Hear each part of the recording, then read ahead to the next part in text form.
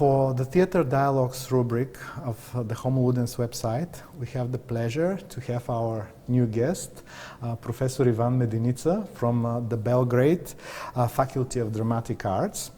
Iván Medeniца is a distinguished scholar interested in theatre history, in theatre theory. He teaches history of world drama and theatre at the Faculty of Dramatic Arts in Belgrade.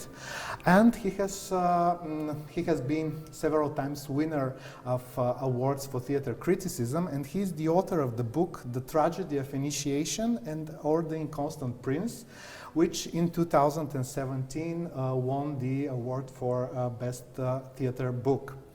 Apart from him being a person interested in theatre theory and history, he has been also very active in the world of theatre festival management.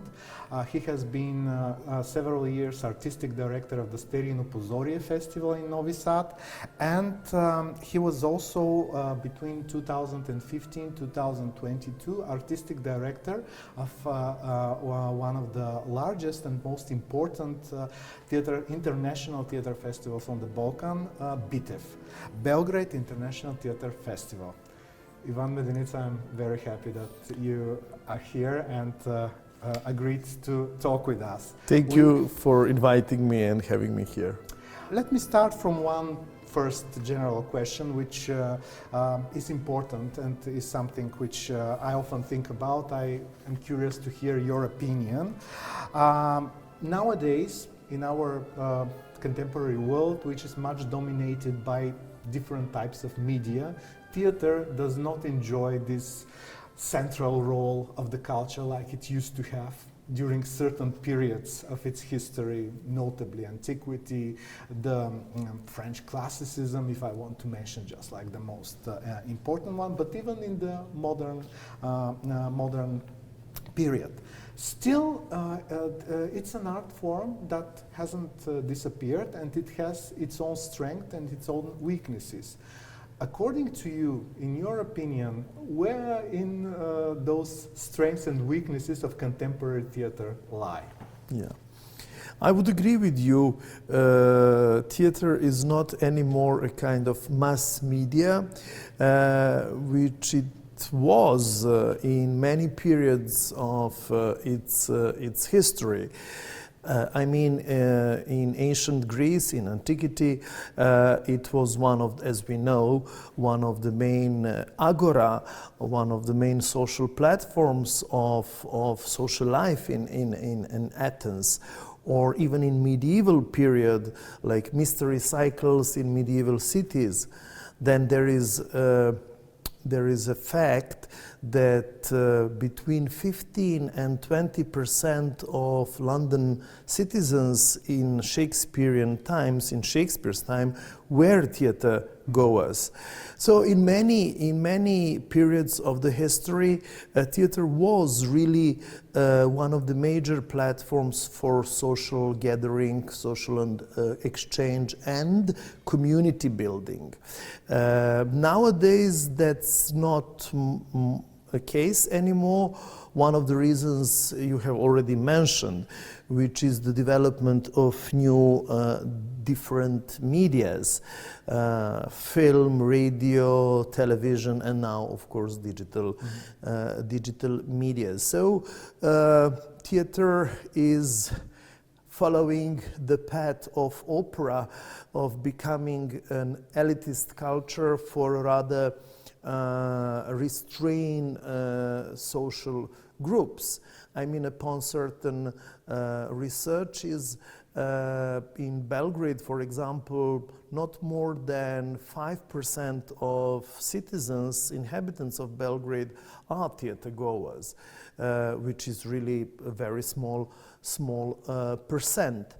But I think that theatre should fight, so to say, for its presence, visibility and relevance, not by competing with these medias, because theatre can never be so attractive in visual terms, in terms of speed, for example, as new medias are. So I think that theater should search for a completely different way to be relevant in contemporary society. One thing which is really unique for theater and for performance as such is that it's a live situation, that it's a live exchange between people who are preparing something for other people who are supposed to watch and listen to them. So this situation of community building within the performance itself, I think, could be a strength of theater. On the other hand, I think that theater could train us, really train us to be more, how to say, not to be so quick, to be more patient. For example, I like very much durational performances, long performances, because our brains, our bodies are nowadays, especially of the younger generation, are shaped for very short intervals of time. I mean, clips, they change in a second. Visual attraction is the most important thing.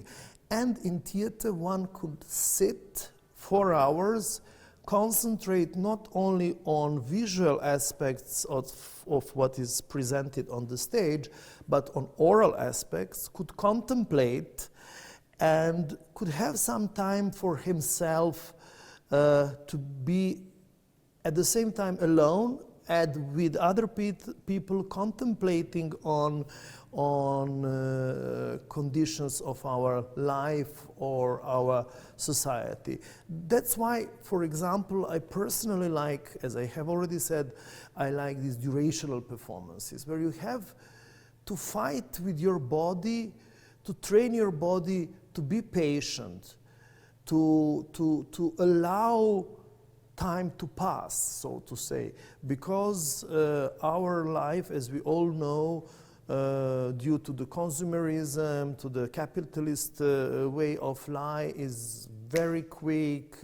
We change our interest, we change our, how to say, props, so to say, in theatrical means. So, to kind of conclude this part of the conversation, I would say that theater is not socially relevant as it was, but that theater could fight for this to be relevant again, but not by competing with the features, with the characteristics, with the possibilities of new media, but quite the opposite, to be an alternative context, an alternative space of contemplation, of meditation, of developing human relationships, and first of all, of community building. I think I also quite agree with what you say, because I also think that the strength of the theater can lie in its specificity, not trying to do something which other forms of art or other forms of media do much better, but exactly. find its own way. And I'm curious to know, you mentioned the durational performances. Maybe can you give us some examples of you as someone who has traveled all over the world and have seen very different theaters? Let's focus first on the durational performances, because there are several different types of durational performances. Some durational performances, I think, are those that you speak about, which really demand from the viewer to be patient, to be focused, and so on. But on the other hand, there are also other types of durational performances where the viewer can just come like in an exhibition. Yes. Can you give me examples of those performances and those theatrical experiences which have inspired you and give you the faith in the strengths of the theater? Yes, thank you for the question. We will speak later about BTEF, but I will just give an example of now, in this moment, of one edition. This was the edition, one edition of BTEF Festival from 2017, where this artistic aesthetical focus was put or we put it on durational performances. The the whole program was dedicated to durational performances. Not all of them were so long, but one was very extreme, which was the famous show Mountain Olympus by Jan Fabre, which is 24 hours long without any intermission. And then we had an old production. We paid tribute to this show, which was one of the first durational performances ever made in contemporary theatre, which is Quizula by Forced Entertainment Company from Great Britain. We had Quizula as well. Quizula is also 24 hours long, but you have a possibility to take for a festival a shorter version of Quizula, which was only 6 hours long, if I remember well. So I wanted to have both of them in their original format, so to say, so both of them for 24 hours, and then my collaborators, because with Mountain Olympus there was no choice. It has to be each time 24 hours, and for Quizula one can choose longer or shorter version. And then my collaborators from BTEF, producers, told me, it's too risky to sell two performances that last for 24 hours. Do please take the other one in shorter version. So we presented Quizula in 6 hours. So there are different, to answer your question. For example, I mean, Mountain Olympus, which deals with all ancient Greek myths, it's very physical, it's and very... First you experienced it as a viewer somewhere, and after that you Yes, decided yes, to, I experienced it... Tell me about this experience. Yeah, I experienced it in Antwerpen, Anvers, in Belgium, when I saw it for the first time, and then I decided to invite it to Belgrade. How long did you stay? Yes, that's a good question. In Belgrade, I stayed for the whole show, but we provided, and that's also something which is connected to the notion of community building. So we transferred Sava Center, which is the biggest congress center in Belgrade and in Serbia, and it was, I think, the biggest congress center in whole former Yugoslavia. We transferred the whole building in BTEF City. We called it BTEF City. So in the lobbies there were corners, food corners, then relaxed corners. Then we provided lazy bags, even beds, so people could stay during the night, over the night, and sleep there in the theater itself. Then we had relaxation corners. We provided yoga lessons, meditation, etc. So it was more than a performance, because it was really an experience. It was like a concert, because you got a bracelet when entering the show, and you can leave and come back whenever you want. And the phenomenon of this particular performance in Belgrade was that our national television decided to stream it. So it was presented live on the 3rd channel of national television, which is dedicated to culture. So there were people who wanted to go home to rest for a few hours and then to come back in the morning, and they told me afterwards that when they came home they continued watching it on the TV. They didn't sleep at all. Young people stayed in theater, slept there, slept in the auditorium for a while, because one cannot stay for 24 hours. It's okay if you sleep for a while. We provided means for sleeping. And it was funny, because in the morning, you know, like young people who stayed in the theater were exhausted, and you had their grandparents who went home at 10, slept for 7 hours, took shower, changed, and now came back to the theater.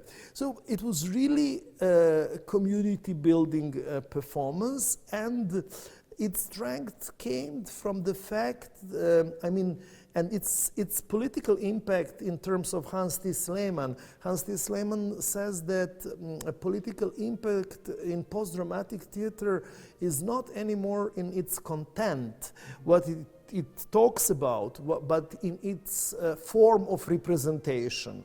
So I think if a show insists on you staying there with other people, sharing, fighting with fatigue, with your body, it's also a political thing, a political issue, because our bodies, our minds, our souls are shaped for short forms, for short time frames, for quick rhythm, for quick exchange of attractions.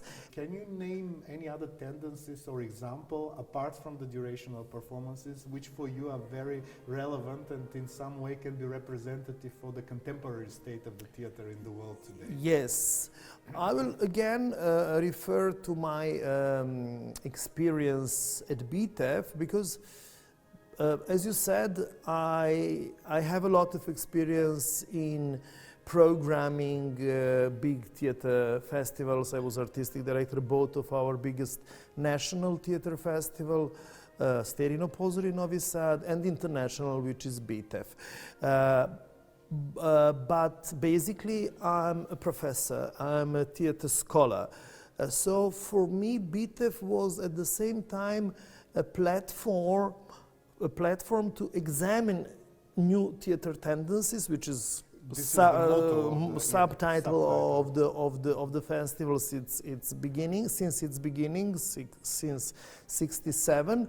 So it was a kind of theoretical platform, theoretical laboratory to examine new forms in performing arts. One of the forms are durational performances. I mean, they're not new, but they're still kind of challenging, daring, different, courageous, relevant, and so on. So each year we had one aesthetical focus. So for example, I would also like to mention immersive theater, which is theater in which you don't have anymore so strict division between spectators, audience, and performers, actors. They come together and they make theatrical event together, so that these frontiers between auditorium and the stage are completely blurred.